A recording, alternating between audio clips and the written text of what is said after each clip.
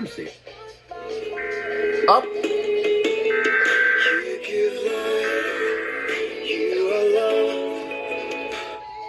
There goes 106.7.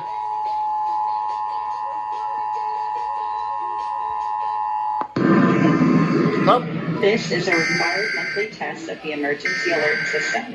Had this been an actual emergency or dangerous situation, official messages and directions would have followed the alert tones.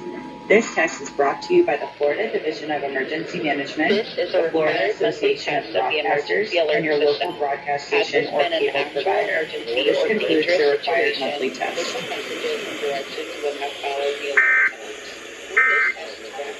Florida Division of Emergency Management, You can the see, Florida smell, Association and of Broadcasters, Thanks and for your that. local broadcast station or cable provider. This concludes the required monthly test.